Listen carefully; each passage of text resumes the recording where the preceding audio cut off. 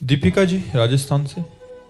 श्री हरिवंश गुरुदेव महाराज जी, मुझे ऐसा क्या करना चाहिए कि मैं शिव जी भगवान के करीब आ सकूं? एक शिव भक्त की दिनचर्या क्या होनी चाहिए महाराज जी? प्रातः काल उठ करके शिव स्वरूप गुरुदेव का स्मरण करते हुए उनके द्वारा बताए हुए नाम का जप करो।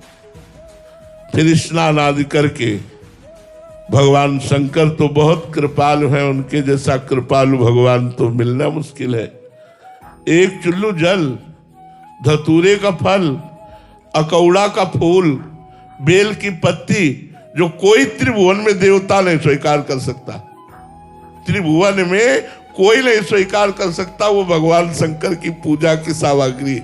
धतूरे का फल, अकौड़ा का फूल, बिल्व पत्र, एक चुल्लू गंगा जल, इतने में महाराज भगवान ओढ़रदानी शिव प्रसन्न हो जाते हैं। उनका नाम जप करो और उनका अभिषेक करो, उनकी आराधना करो और उनके प्रेमी जनों का संग करो। और रोज हो सके आसपास शिवालय हो तो दर्शन करने जाओ, दर्शन करने से भी प्रेम उत्पन्न होता है।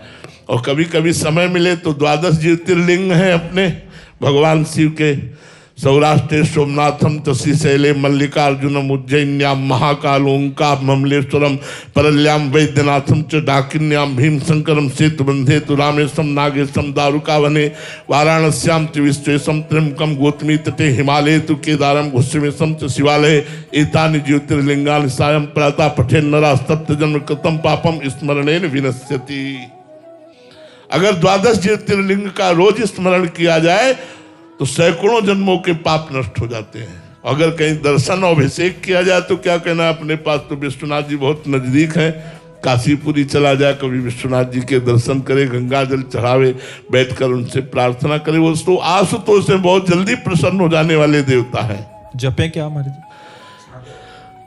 ये तो गुरु से पूछना होगा। गुरुदेव का वर्ण करो और जो गुरुदेव आदेश करे वैसा जपना चाहिए, जो गुरुदेव मंत्र दें वैसा जपना चाहिए।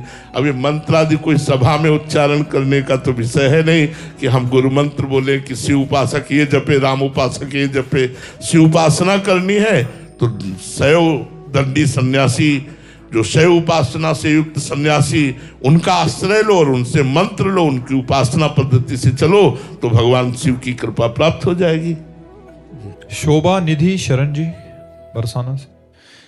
महाराज जी दंडवत प्रणाम। महाराज जी, एक संसारिक पिता अपनी भौतिक संपत्ति अपने उत्तराधिकारी को सौंपता है, किंतु एक सद्गुरुदेव अपनी भागवतिक संपत्ति अपने शिष्य को किस आधार पर सौंपता है? जब शिष्य मन तन प्राण सर्वस्व समर्पित करके गुरु स्वरूप हो जाता है, गुरु में तन्मय होकर के गुरु स्वरूप हो जाता है, तो यहाँ संपत्ति समर्पित नहीं करनी पड़ती, अपने आप गुरु के हृदय की संपत्ति का अधिकारी बन जाता है।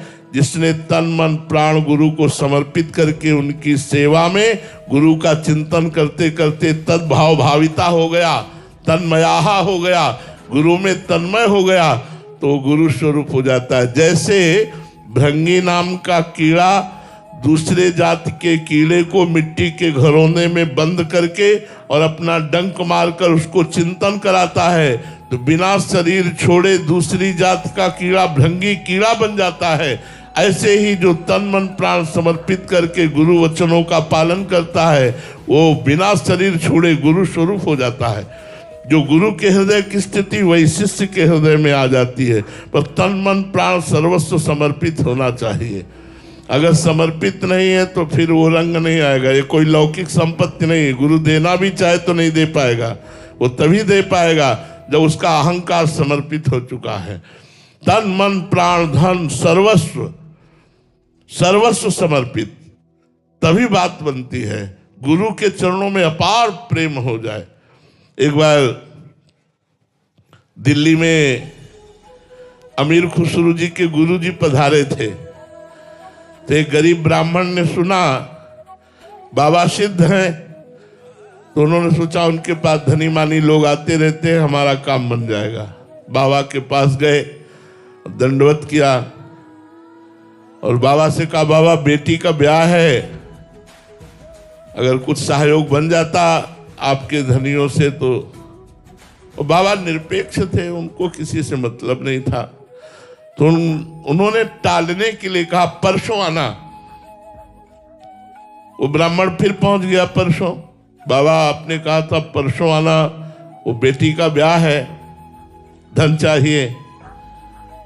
उनका यार धन चाहिए, मेरी पादुका ले जाओ। पादुका, अब लकड़ी की पादुका, कोई सोने की पादुका थोड़ी थी बाबा के पास, लकड़ी की पादुका थी। अब वो ब्राह्मण श्रद्धा तो रखता था संतों के ऊपर, पर उसको एक अरुचि सी हुई कि मैं पादुका लेकर क्या करूं, मुझे तो धन चाहिए।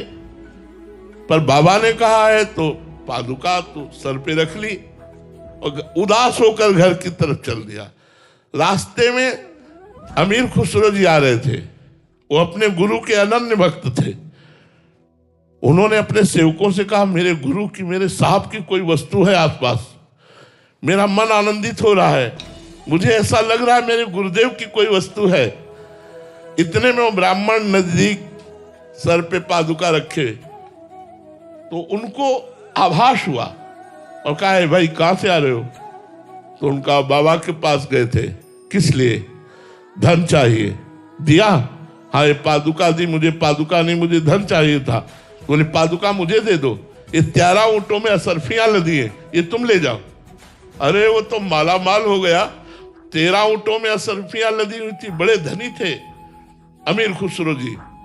पादुका ली और गए और कहा गुरुदेव पादुका ले आया। बोले कितने में? बोले 13 ऊंटों की संपत्ति में। बोले सस्ता सौदा किया, रख दे, कोई बात नहीं। ये तन मन प्राण गुरु को समर्पित, तो जो गुरु के हृदय में चल रहा है वही शिष्य के हृदय में आ जाएगा। सर्वस्व समर्पित गुरु को, तब गुरु का कृपा पात्र बनता है। ऐसे गुरु की संपत्ति का अधिकारी नहीं हो जाता कंठी बंधाने मात्र से। जो अपने अहंकार को, तन मन प्राण को समर्पित कर देता है, वही गुरु की संपत्ति का अधिकारी बनता है। महर्षि, गुरु की वास्तविक संपत्ति क्या है? अपने स्वरूप में स्थित हो जाना, अपने ब्रह्म स्वरूप को जान लेना, या भगवान से प्रेम हो जाना। भक्ति में है तो भगवान से प्रेम हो जाना, ज्ञान में है तो अपने स्वरूप में स्थित हो जाना।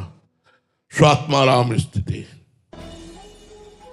देहातीत स्थिति, त्रिगुणातीत स्थिति, कालातीत स्थिति, ब्रह्मानंदमय स्थिति, ये गुरु की संपत्ति है।